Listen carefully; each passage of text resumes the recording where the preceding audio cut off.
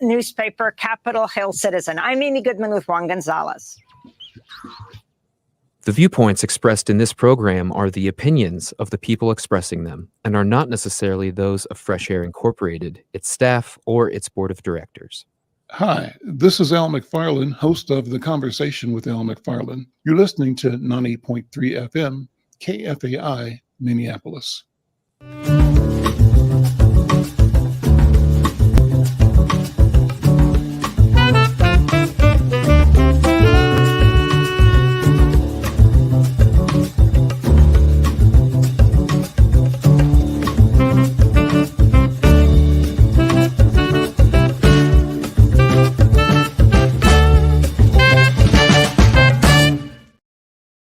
I'm Al McFarlane. Welcome to The Conversation with Al McFarlane. Glad to be here and glad to have you along as well. Always kudos to KFAI. What a wonderful resource this is in our community. We used to use the slogan, a different radio station every hour.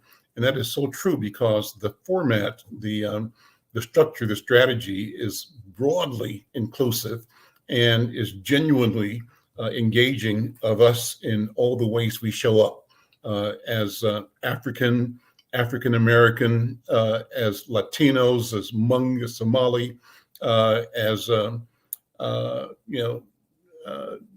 different constellations of our humanity, and you hear it all here on KFAI.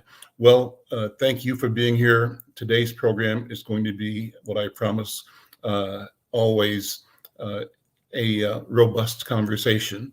And I'm joined today by my colleague and co-host for today, Dr. Irma McLaurin, who's the Education and Culture Editor for Insight News. Irma, how you doing? You have to unmute there, unmute. No, well, I'm looking at you, but you're muted still. Sorry about that. There we go. Broadcasting from Grinnell, Iowa. Aha, awesome. We'll talk about that maybe in the transition between our two guests today. Like a minute or two. Today, we're pleased to have a memoir, talking about a memoir written by Menah Pratt. And I talked to her briefly, but I read her press release and I'm just so impressed. She's Vice President for Strategic Affairs and Diversity and a professor of education at Virginia Union. Menah, welcome to the conversation. How are you today? I'm doing wonderful. I'm at Virginia Tech. Virginia Tech. Okay, thank you for making that clear. Thank you so much. Sure. You've got a book, a new memoir called Black Wild Girl, and it's described as an invitation for girls and women to discover and cherish their superpower. The press comments on it say, this encourages all of us to reclaim our superpower and to be change agents in life. That from Katrina Adams, who's the author of Own the Arena, who's a former CEO of the United States Tennis Association. And Naomi Tutu, an ordained minister and daughter of Bishop Tutu, said Menah Pratt has written a book that offers the chance to cry, to be empowered, to be educated, to be healed, to be liberated. Many more statements that acclaim this work and your work. Again, welcome. You tell us about Black Wild Girl. What's the story? I'm honored first to be on the show, and thank you for your amazing work in the community and creating platforms for conversation and empowerment and uplifting our community. And of course, Dr. Irma, I've known you for a long time. A long time, yes. I was trying to think, it was one of the first. I'm the founder of a conference called the Faculty Women of Color in the Academy National Conference. And one of the early, this is in its 12th year this year in April, but one of the early sessions, you were one of the keynote speakers. Yes. So thank you. Black Wild Girl is based on 45 years of journals. So I have journaled since I was a young girl and tried to capture my life story of my journey from Black girlhood to Black womanhood. as the daughter of two highly educated parents, my father had a PhD in nuclear physics. Well, nuclear physics, you could just take that in the 1960s. Wow. Got his PhD from Carnegie Mellon Institute at the time. And my mother had a PhD in social work from University of Pittsburgh. So in the 1960s, I was the daughter of those parents who were raised and impacted by segregation, by legalized segregation in America, racism. My father was born in Sierra Leone, West Africa, so he also had a national origin, challenges in the academy. And so it was two highly educated parents trying to raise my brother and me in the late 1960s, early 1970s, and what that journey in America with the racism, with the sexism, the challenges of being a Black girl. And so that this book is about my journey as a Black girl in America. And the lessons you deliver. Right, and the lessons learned. And so it's organized almost like a play. So it's almost a performance, an emergence. It's divided into acts, stages, and scenes. So there's 12 acts because it's really an initiation journey. Mm-hmm. And it's a journey to capture and find my superpower. But it's really about the superpower that all of us have, that I believe we all have. Mm-hmm. But particularly as Black girls, I feel that there's a dynamic in society that suppresses our sassiness and that we have to, those of us who are courageous and feisty and brave enough, have to undertake initiation journeys to go and find that part of us that society kind of tried to stamp out. And I think that so the book is divided into these 12 initiation stages. And at the end of each stage, there are reflection questions. So the questions are really an opportunity for anyone who has the book, is listening, is reading the book, to journal and journey along and reflect on their own life as well as they read about my journey. Because it's really not about me. It's about us and our lived experiences. Before I ask Dr. Irma to join in, let me share a little bit more about you from the notes that I have. And, the notes indicate that you are Dr. Menah Adeola Eyeside, pronounce that right? Eyeside Pratt. And you're described as a highly educated and talented Black wild woman who is a nationally recognized and diversity award-winning author of 4 books on race, gender, and diversity. And as a scholar, activist, and academic advocate, you founded the Faculty Women of Color in the Academy National Conference and the Black College Institute at Virginia Tech. Your notes say that you have 5 degrees, a law degree, a PhD, that you're a tenured full professor in the fields of education, critical race theory, critical race feminism, and Black feminism, that along with that, you balance the demands of marriage and motherhood, of navigating a miscarriage and the death of both your parents. You're also an entrepreneur. You own a frame shop and art gallery. I used to, in past tense, used to. Used to, okay. And you undertook a 7-year search for knowledge in the spirit world and in the world of the divine feminine. Your journey for self-discovery led you beyond America to the Bahamas, to Barbados, St. Kitts, Cuba, Israel, Egypt, South Africa, and Sierra Leone. And the objective is to connect with ancient indigenous cultures. I'm going to leave it right there. You know, what I feel like is that I would be really shortchanging everybody if I didn't step out and ask you and Irma to have a conversation and just let me listen to it, because I know you've got a lot to say. So absolutely. Irma, jump in here and let's have this conversation. Well, it's actually timely that this conversation is happening for many reasons. Dr. Pratt, Dr. Menah, Miss Menah, sisterhood, sister friend Menah.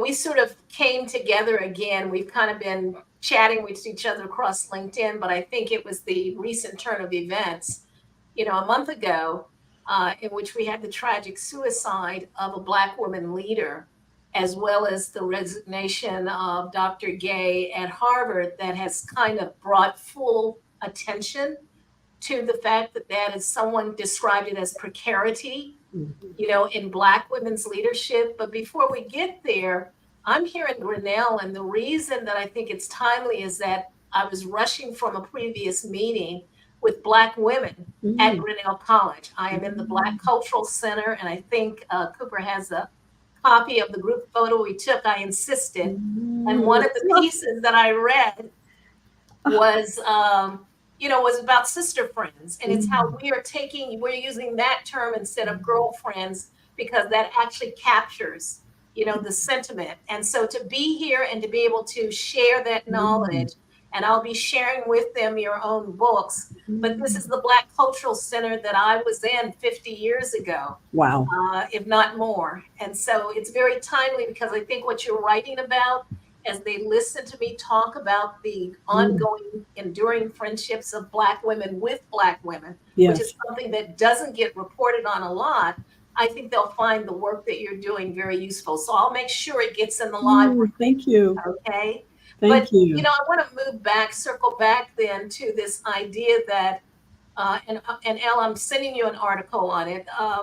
You know, what I'm calling that, you know, what has happened with Black women's leadership is that we're basically under attack. And Al, you launched the year with my article on racialized ageism, in which I'm saying that as we look across the landscape, no matter what sector we look in, we see older white women, older white men, we see older Black men, but we see very few older Black women. And it doesn't matter what sector. We're seeing this in you know, the movie theaters. Who gets movies? And that's one of the points of my book, is that they keep finding platforms for aging actresses like Meryl Streep and others. But where is in fact the platform for Black women? But what do you see as, given that you've now had this 12-year span, what do you see as the precarity, the dangers that Black women leaders face? It's real. It's really real, sadly. You know, I mean, the two you mentioned, but there was also Professor Kathleen McElroy, amazing journalist, scholar, opportunity at Texas, and that was denied to her. Nicole Hannah-Jones, again, an amazing, powerful scholar. And so just the humiliation. I mean, we had Nicole Hannah-Jones spoke, was one of our keynotes a few years ago at the FWCA. And she was like, you know, we still belong in the academy. Well, I can tell you that before she even came on the scenes, I actually applied to a job at UNC Chapel Hill, and it was for a director of some kind of public humanities thing. And I didn't even make it to the interview stage. And the woman they hired had no administrative experience, and it was to run like $1 million center. And so I wrote a letter to the president and said, what is it about the fact that I've been a university president, I've been a deputy provost, I've been an associate vice president, I'm the founding executive director of an urban research university center, I've been tenured twice. What of those credentials does not qualify me to do this job? And of course, you go through the OEO, they give you some standard answer. And the woman they hired had no experience. And what we're going to see is that they're going to use that to give her a platform to get on the job training. And so I wrote a piece called Airing UNC Chapel Hill's Dirty Laundry. And that was like almost a year before Hannah Nicole came on the scene. And I think that there should be, you know, we have to understand that Black women, you know, on the one hand, people see us as being more prominent in some ways, like with the rise of feminism, they say, well, there are more Black women. And it's true. In colleges and universities, there are more women, period. Black, white, or other. That's correct. Because for Black men, the high incarceration rate, we know that there's a prison, you know, from elementary school to prison pipeline. So they're not getting to college. If they do get there, they're usually channeled into athletics or something. So we see a larger proportion of Black men who are athletes. But that does not account for the fact that almost 85% of university presidents are still men and white men, while over 50% of all college enrollments are women. Mhm. So there's a disconnect where the leadership is not connected to who actually has the credentials. There's still very much a patriarchal space. And I would say what you have called out misogynoir, which is a particular form of anti-Black women patriarchy, where we are actually being targeted. No, I wrote a recent LinkedIn post called The Weight and Hate of Black Womanness. And just the weight of being a Black woman in America and how we carry that around and what that means for our lived experience, solely based on the intersection of our race and gender. And I see at the conference every year, and our conference is April 11th to 14th, so it's coming up. The registration is still open. We're making it virtual as well as in person. And every year, 500, 600 women walk into the main ballroom exhausted. I mean, they are almost crawling in just with that weight, I think, of their experiences as women of color in higher ed. But they leave like encouraged. I mean, the point of the conference is to connect, support, and empower each other and yourself. And at the end of those 3 or 4 days, they walk out of there knowing they're not alone, that they're in community with one another. They've had opportunities.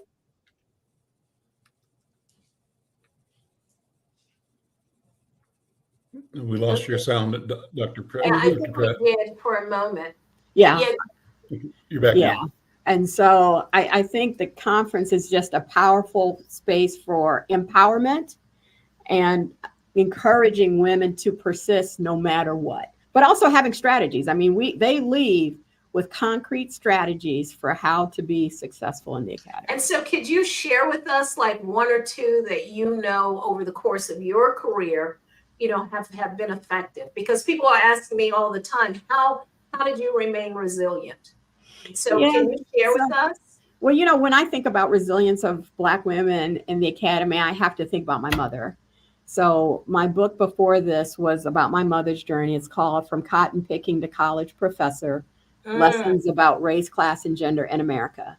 And it's her journey from Black girlhood, picking cotton, working as a maid, to getting 4 degrees and becoming a college professor when less than 1% of full professors were Black women in the 1970s. And her journey, and it's so interesting for both books kind of give you parallel journeys of my journey from Black girlhood to Black womanhood, my mother's journey from Black girlhood to Black womanhood, and the level of persistence really in the face of just extraordinary racism and sexism and trauma. I mean, the parallels in my mother's life and my life, sexual assault, we both experienced that. And as a mother, I wanted to make sure as much as I could that my own daughter, that wasn't a generational, that was passed down generationally. And so there are some themes that come up in this Black girlhood, Black womanhood journey. But I think I draw remarkable sort of inspiration from understanding Black history and what Black women, Black men have gone through, from enslavement to Reconstruction to the Civil Rights. I mean, it's been hard, but we're still here. We're still here. We're still fortunate. But I think it's important for us to recognize that not everyone is getting that history. You lived with it, so you saw it. I'm from a working class family where, my father had a second-grade education. My mother dropped out of high school and finished the same year I did. So she certainly did that. But I'm first gen, so no one had been to college. And I think it's important that we find ways, which is part of what I'm trying to do in my Black Feminist Archive, and I want your mom's papers too, is that we're trying to preserve that, but we also have to keep telling the story. Because what happens is we're now in a moment of erasure where there is an attempt to sort of try and whitewash the past and pretend like certain events didn't happen. And so there have to be ways, and I think, Al, Insight News is an important source. And the fact that it's now archived on Issue is really important, that people can go back and see and have access to that history. So I think you're right, having access to the history. And then I would say the main thing is, there's a woman who's 109 and a half years old here, who is Grinnell's oldest alum, who is also Black. And I got a chance to see her two weeks ago. And Al, I'll be talking about bringing someone to talk about her journey. But one of the lessons she tells us, when people say, well, what was it like to be? She was the first Black woman to get a degree. At that moment in time, she's the only one. And her response is not mine to carry. Racism is not hers to carry. It's not her issue. So not taking it on, not absorbing it, not personalizing it, and understanding that there's a historical reason. But when she moved back into the Grinnell community, she was surrounded by family. I thought there were no indigenous Black families in Grinnell. That's not true. Grinnell was on the Underground Railroad. So we're unpacking, so I think you're right. Centering ourselves in historical knowledge is key. Having a good sense of who we are. Your mother gave you that sense of uplifting and the integrity of who you were as a person. We have to find ways to reinforce that with Black girls so that they feel centered in their identity. And so the young women that I saw today, that's what they were saying, to see me and to see all that I've done and to hear me, was very empowering for them. And so, it's good to be here for that reason. Well, one of the things you mentioned, I just came from an event at our Black Cultural Center, and it was for Black women. It was a healing hour for Black women in higher education and beyond. And we just had a nice little conversation about who we are as Black women, what Black History Month means to us. And as I thought about the wonderful Black Cultural Center we have here, hearing you talk about the Cultural Center at Grinnell, I'm reminded that just this morning, I did a post on LinkedIn about Texas, University of Texas, closing their multicultural cultural center. And those students having to do GoFundMes to try to pay for things the university used to pay for because they didn't have, they can't use state funds, and this very rigid and strict interpretation of the law. And so I just think about in these states where there's an anti-DEI movement, there is a real impact on students of color, on LGBTQ students, on students who are not documented.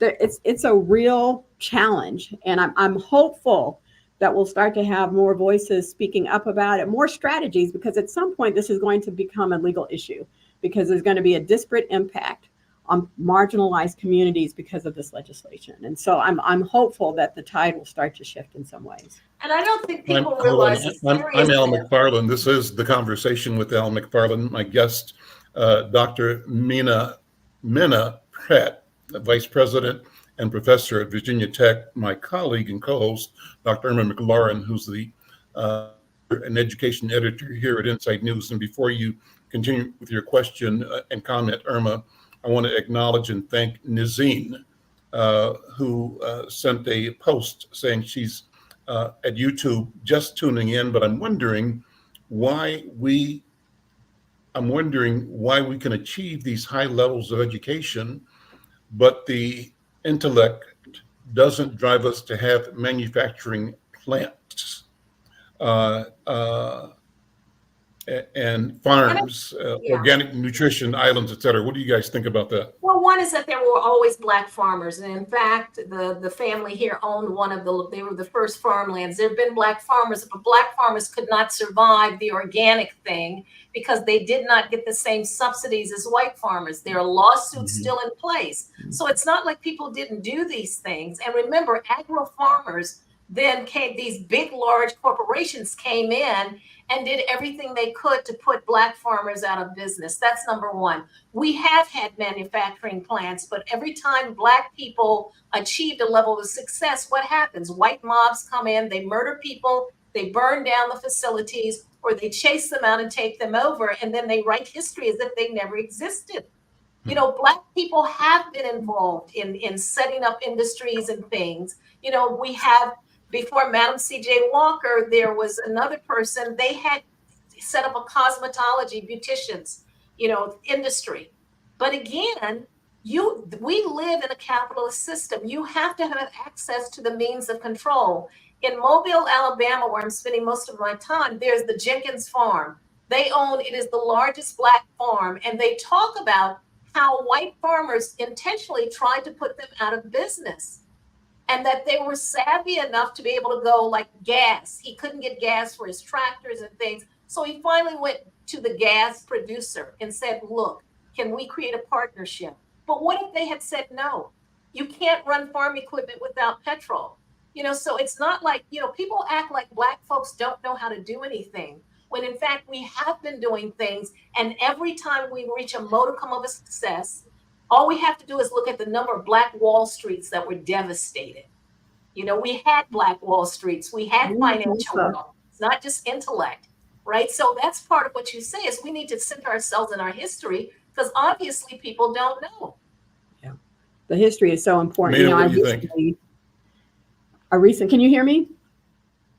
Yes. Yeah. So I recently came back from India and was reflecting on just all the ways that history is being controlled and the impact and the role of politics and the intersection of education and knowledge. I just think that's such an increasing issue in our world globally. And I think understanding the global context for a lot of things is just critically important. Go into that more. I mean, I think that's critical. That's the whole point, is understanding education for whom, originated by whom, and what's the end game. On the one hand, we would be told and encouraged to believe that there's an objective reality called truth, and that it equalizes all living things. But on the other hand, our experience tells us that what's presented as objective reality is a narrative that supports somebody's identity and agenda.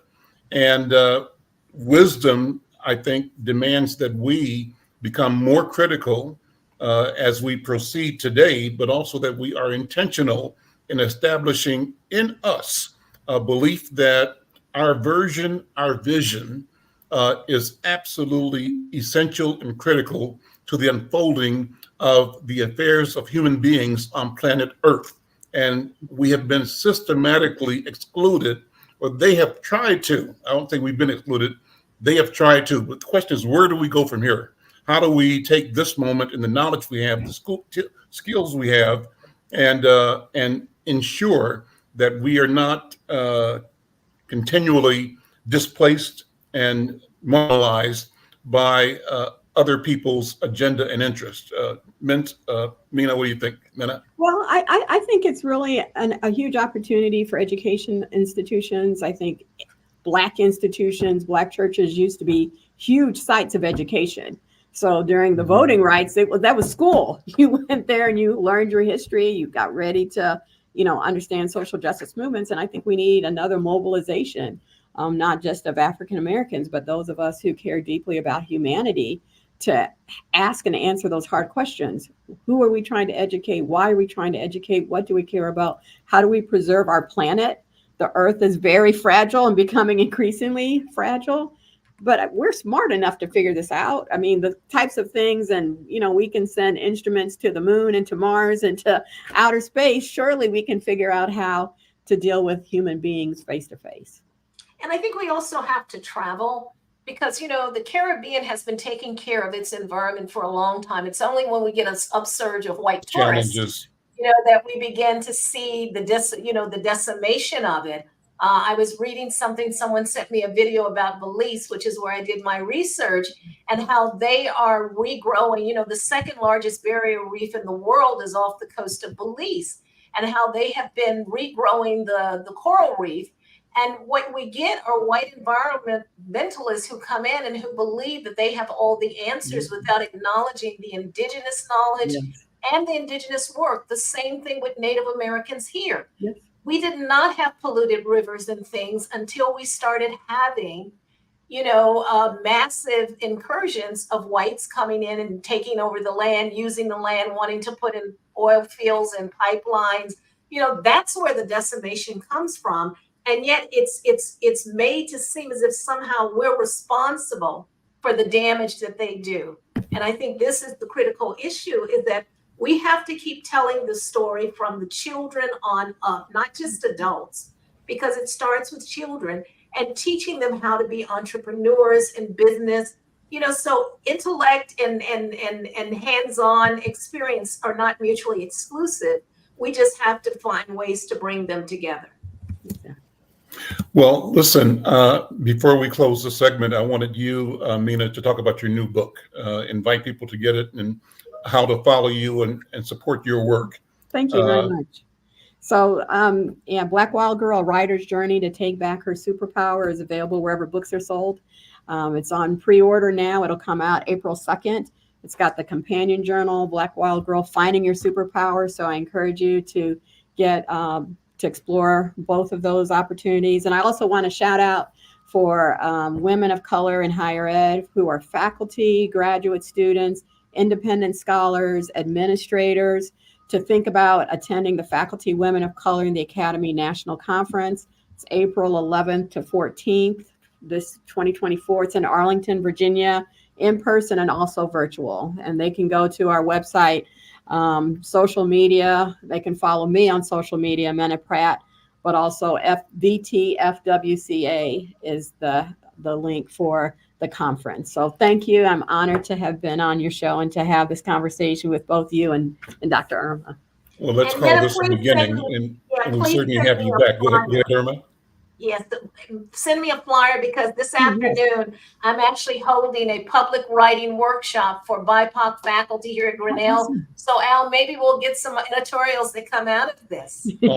Awesome. Thank you so much, Menah, and we'll Yes. see you later. Okay. Irma, before I bring my next guest in, take a minute, if you would, and talk about what you're doing at Grinnell. You talked a little bit about it, but take a second to tell us more about what's going on. As I said, today was in some ways the happiest day. Cooper, if you can bring it up, to actually, meet all these beautiful Black sister friends, at Grinnell, and have them talk, to share with them some of my journey. And that is, I am in a month-long residency. I'm almost at the end, called Humanities in Action. And I'm an alumni scholar in residence. And what that has enabled me to do is to do a convocation on my memoir. I'm working on that, and it's kind of, in process. I did what they call a Community Friday, in which I called it Mapping Culture Change at Grinnell. I'm doing this workshop. And then I have been working with a team of 8 interns who are working with me to excavate the Black Grinnell experience from the archives. So it's the Black Feminist Archive Initiative.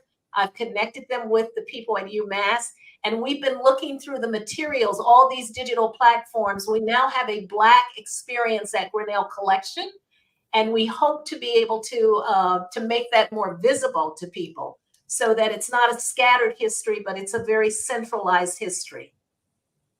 Thank you, Irma. Well, let's bring our next guest in.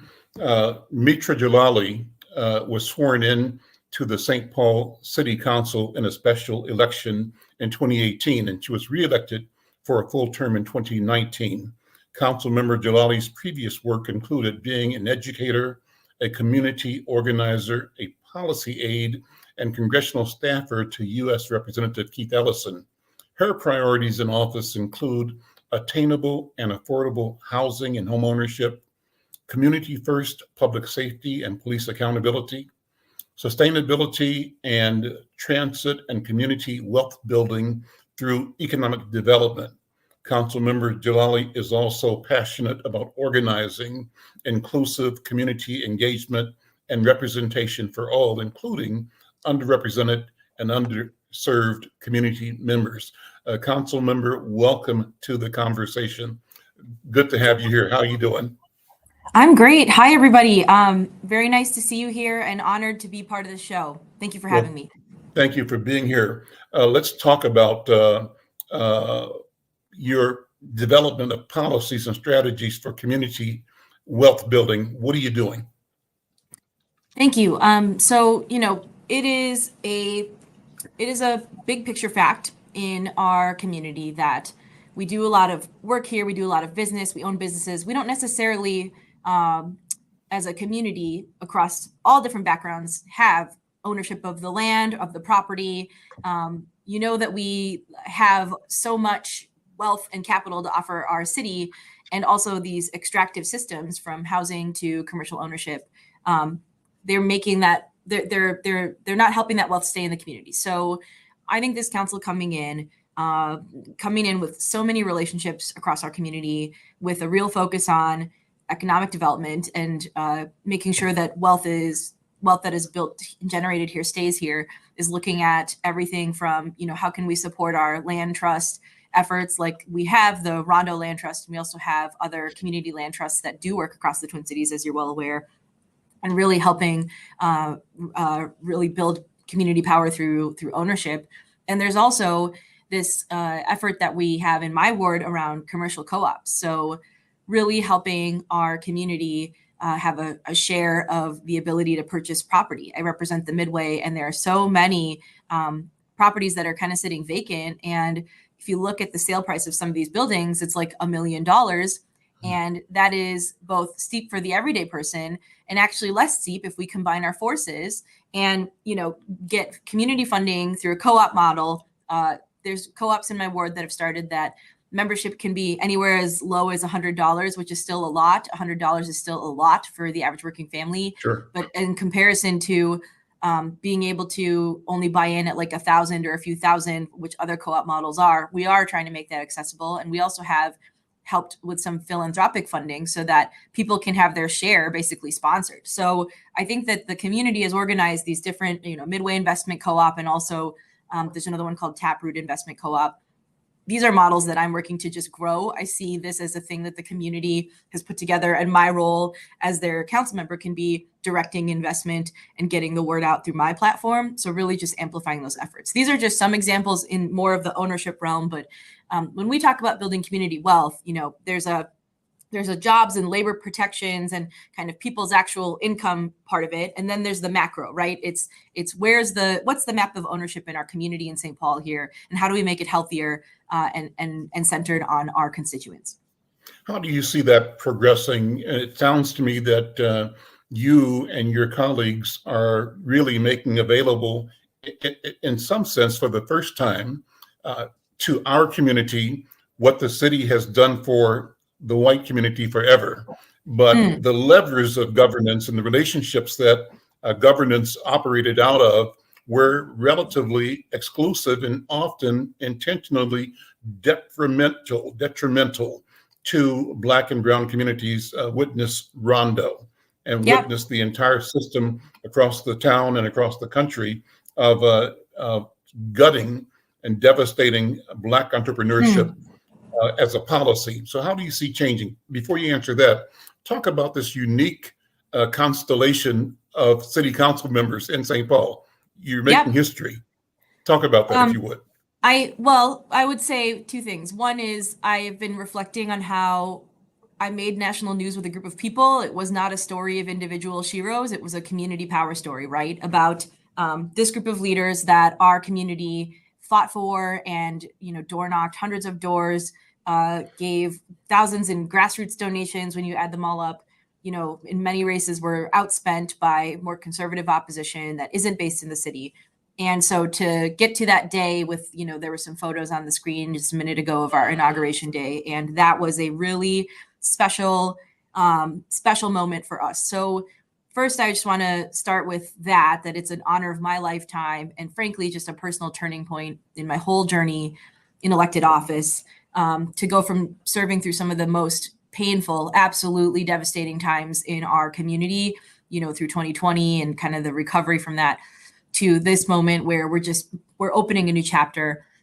We know that our community has a lot of expectations for us. And in terms of being able to create access through that, so we have, I think, built out at the city with my former council colleagues and Mayor Carter's continued leadership of our city, these programs and processes that I think this council can now take the reins of the next chapter and help community access. So in the time I've been on the council, for example, we have helped support a developers of color cohort that is helping local developers of color not just start from scratch and learn the mechanics of development and financing and all of those pieces, but also really looking at where's the opportunity, right? We know in the city where we have vacant lots, sometimes city-owned lots, properties that we'd rather turn over and get into community ownership. And there's just so many technically public but still invisible, right? Processes, practices, funding sources, community, relationships. So I think that this council views our charge as demystifying that, as making that clear, as helping our community access tools and processes that as a city we have built out.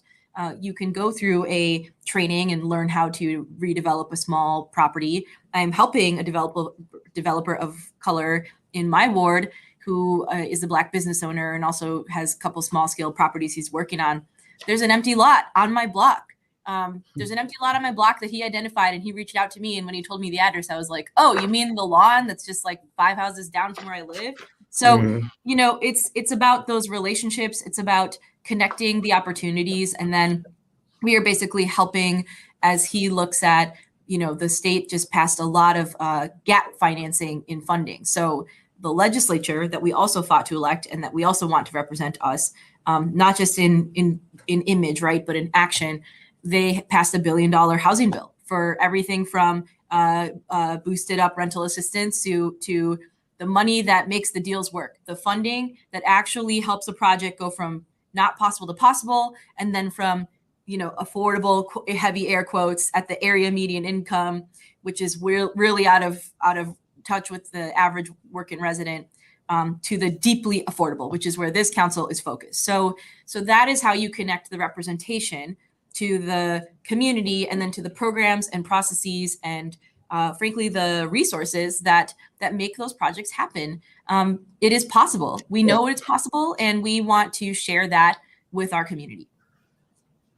I'm Al McFarlane. You're listening to The Conversation with Al McFarlane. My co-host is Dr. Irma McLaurin. She's the Education and Culture Editor at is Mitra Jalali. She is City Council President for the City of St. Paul. And where I was going with the question, and I appreciate how you responded, Council Member, was the uniqueness of having an all-woman City Council. That's unique and new to my understanding.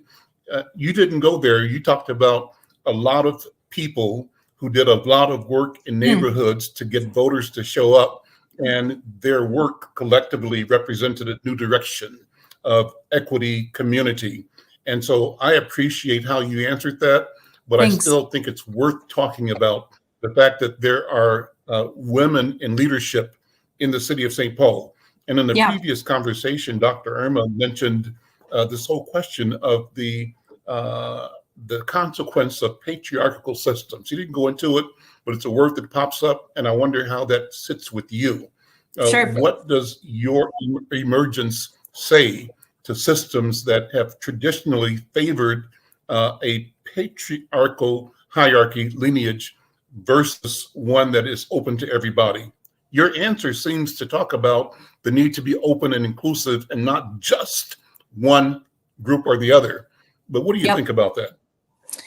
Well, I think a lot of things. I would start with the time that I've served in local office as a younger woman. And, in that time, we've seen that the political arena, it continues to be seen as just a very hostile place for women, especially if you are a younger woman, especially if you are a woman of color. You could add in other identity markers, right? Faith, age, whether you're married or unmarried, like all of these things are human qualities that people either kind of assign to you or they pull out to determine who you are as a voter, in ways that men are not as burdened with. And so, I think of some of the harshest things that I've seen where, in the pandemic and during the depth of it, right, in 2020, 2021, like we're not out of it yet, but we all remember just the very dark days of it. And I remember living through a time where like the governor of Michigan had people try to plot an assassination on her at her house as she's trying to run a state where, they're trying to make sure people get vaccinations and that they're like everyone else, right? We're trying to set fair rules for business that balance public health and safety with workers' needs and economic realities. And so I've just been through some really difficult moments in American history where it wasn't just like in our state how women in office were treated, but it was women who are in very high leadership positions around the country. And I think about how When people are super aggressive or hostile to women in leadership, there is a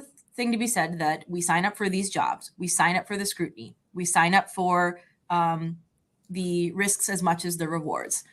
And I am always conscientious of how, I did sign up for it so I can take it, but I know that there is a younger woman out there watching it, and that what she is learning from it is, if I try this, this is how I will be treated. And so I am always thinking about, it's like the rocks are thrown at me, but I know that they don't necessarily hit me. They hit someone, the person throwing the rock might not even realize they're hitting. And I feel I feel sensitive about that as someone who is very willing to, frankly, get screamed at or have to answer hard questions or face withering scrutiny where people just write things about you because we have a beautiful democracy with freedom of the press, right? So I think that there's a lot to be said for the way that we as women leaders in this time in our city are going to try to model. We want to do our jobs. We are going to show up and talk to our constituents and listen. We're also going to be clear about our role in this time, about our boundaries. And I personally, speaking for myself, I feel a responsibility to younger women and younger people of color watching that that they don't want to not even try because of what they're seeing me go through. So that's a little bit more personal and tender, if you will. And I do feel like I can talk about that here, but I think it's important to talk about. And the other piece I'll say is I have struggled a bit with the media coverage to date. You have modeled the opposite of this, right? We get asked about being women a lot, and then we don't get asked about policy.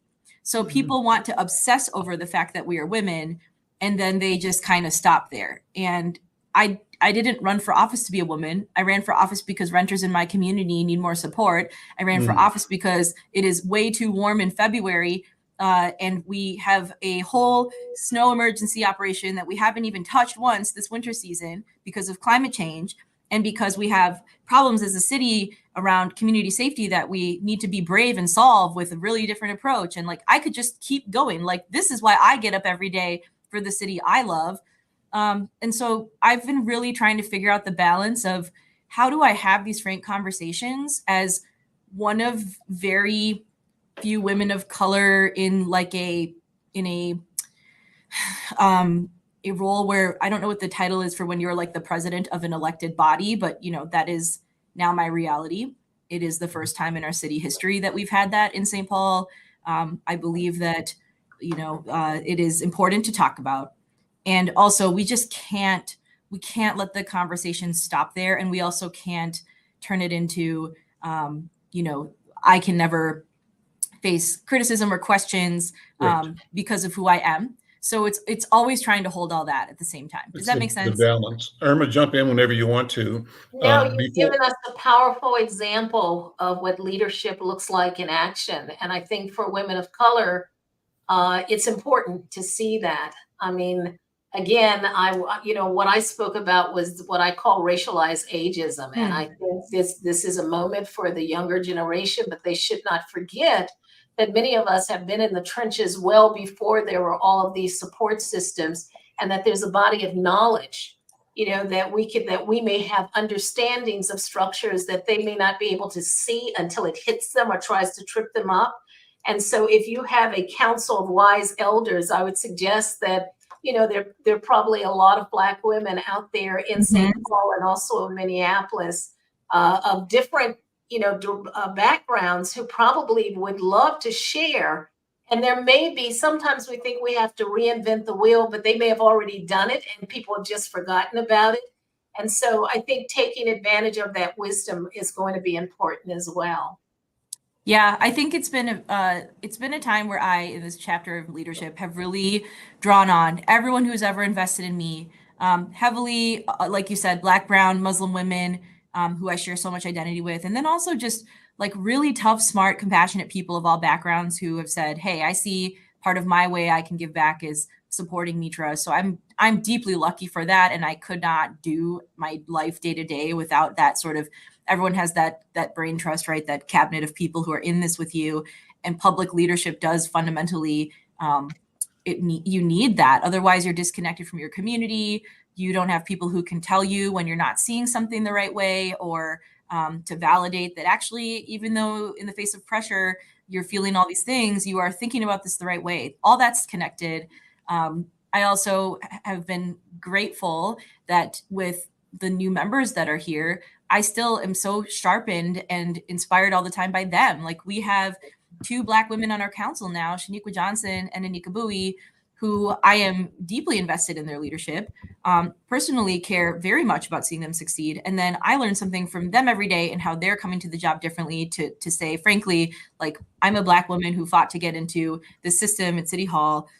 We have had no Black women on our council ever since former Councilmember Debbie Montgomery. And that was quite some time ago.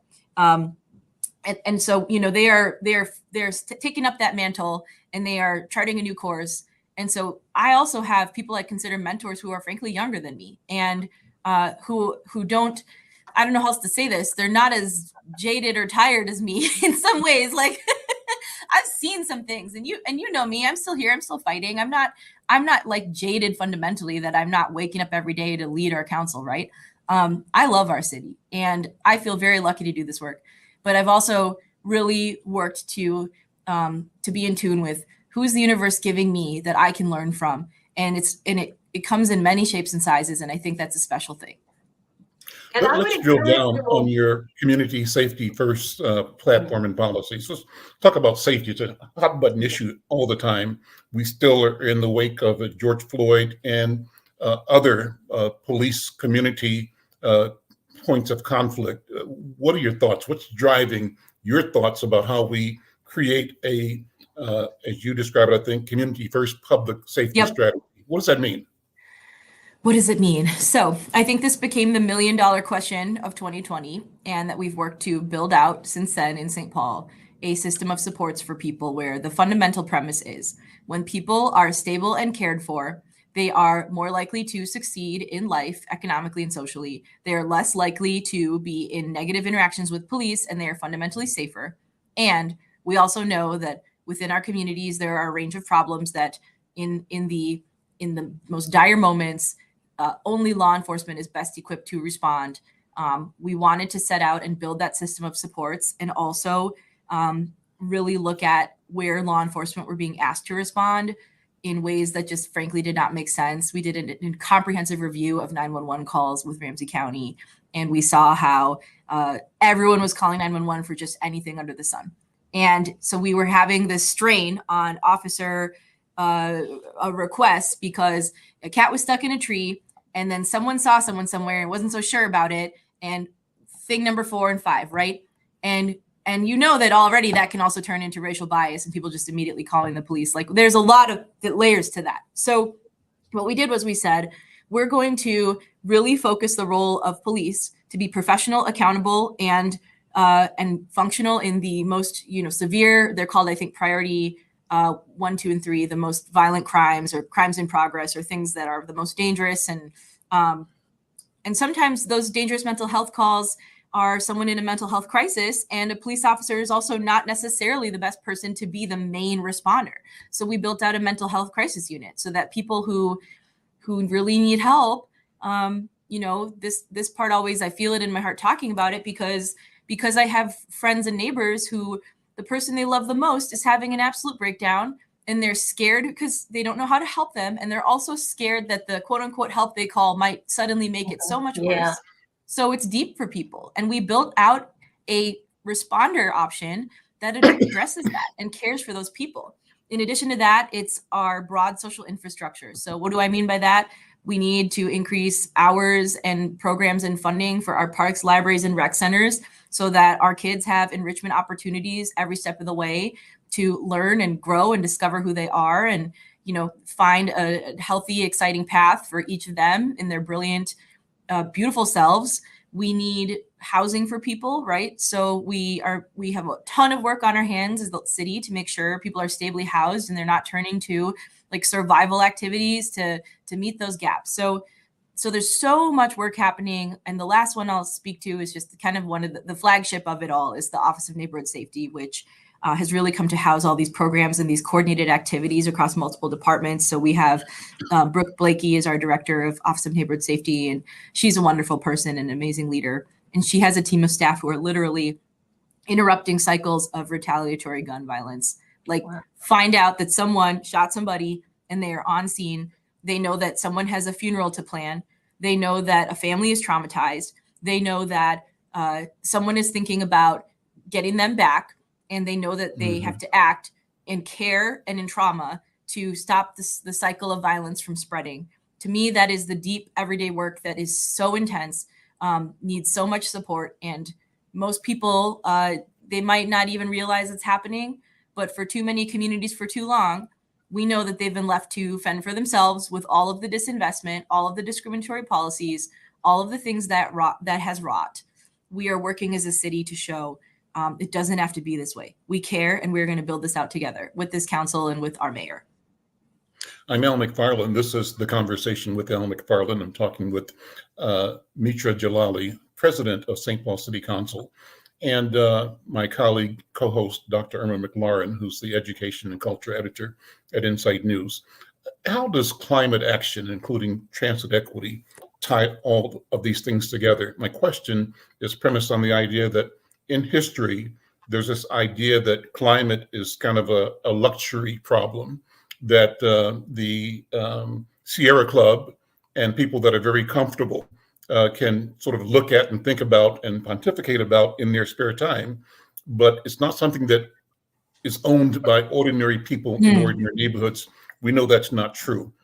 How do you turn that into policy actionable?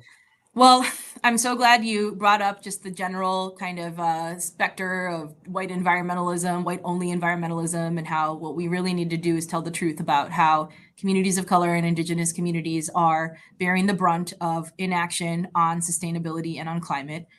We know that's true everywhere in the world and also in our communities. We know that if you look at a map of policies and disinvestments in the city of St. Paul, and you look at where there was redlining, and you look at where there were industrial train yards and factories and dump sites and concentration of pollution, that it overlaps with a map by race and income, and where there are, childcare deserts and all these other different factors, right, about housing and about economic opportunity. Like, the map is always the same map. You could keep switching out the layers of what it's showing you, but it keeps showing you the same thing, which is that public policy and investment choices created that, and we need to uncreate it. We need to make something else. So it's critical that the council and the city understand our role in that. Everything from being really clear on where emissions come from and how we are contributing to that, right? Roughly half of our emissions come from buildings. So our housing and energy efficiency work is really important. About another third comes from transportation emissions. So giving people transportation options is a racial equity imperative.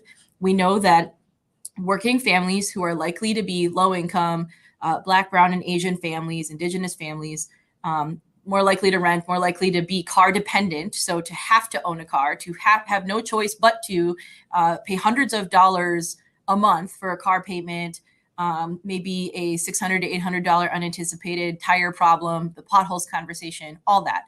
That is a financial choice we're forcing people into because we don't invest in transit at the rate we need to. We don't invest in, and we are trying to change, improve conditions on the bus and on these routes that people can use. Bikeway and bike infrastructure. I am always in conversations where the stereotype of who's riding a bike is the white guy in the spandex, but in my experience, it's the Somali kids riding their bike to hang out with their friends, and Black and brown youth who are trying to just use it to get across their neighborhood. They deserve a safe and healthier way to get there. Lastly, I would just say urban heat island. So we know that trees are a form of urban canopy, right? Shading people, literally shade to cool down our city. So all of that's a part of what we can do as a city to invest in the resiliency strategies that protect our neighborhoods. We're out of time, but what a wonderful conversation. So glad to have this time with you, Irma, with you as well. If you would allow, we'd love to have you back and also bring your colleagues on. We think that what you are doing and what you represent is phenomenal, appropriate, timely, and it deserves to be at every dinner conversation all across our community and across the country as well.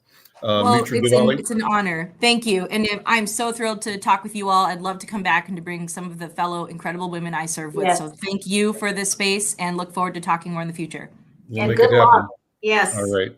I'm Al Thank you. McFarlane. We'll see you next time.